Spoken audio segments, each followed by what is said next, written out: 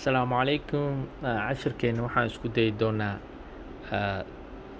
diode-ka sidii loo cabiro diode iyo wuxuu qabto waxaan ku cabiri doonaa ilaa hadduu yiraahdo multimeterkaas iyo oscilloscope-kaas scope-kaas aad ku cabiri doonaa ilaa hadduu yiraahdo iyo waxaan kaloo cabiri doonaa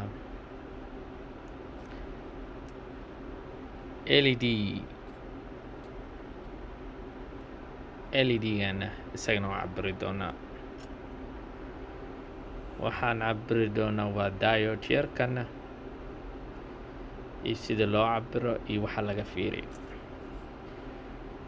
resistor-ka sida loo cabiro iyo resistor-yaasha kala duwan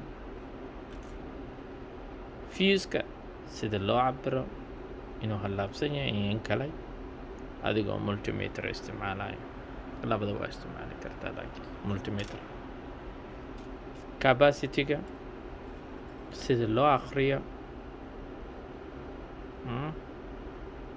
capacity-gan wuxuu yahay waan sharaxi doonaa xabadaanu sharaxi doonaa ilaa hadduu yiraahdo sida loo cabiro especially dadka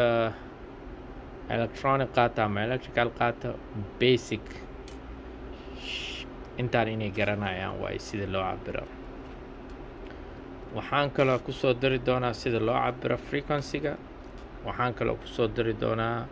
hadduu ilaahay yiraahdo sida voltage-ka loo cabiro waxaan kaloo kusoo dari doonaa sidii ampere-ka loo cabiro ama current-ga loo cabiro kheyr aan rajeynaa in macaato iska baashaala ka marka wuxuuna ku xiran yahay codsigiina haddaan kan ka bilaabayo waan sameyneynaa haddaan kan aan ka bilaabayno saas siduu codsiga u badan yahay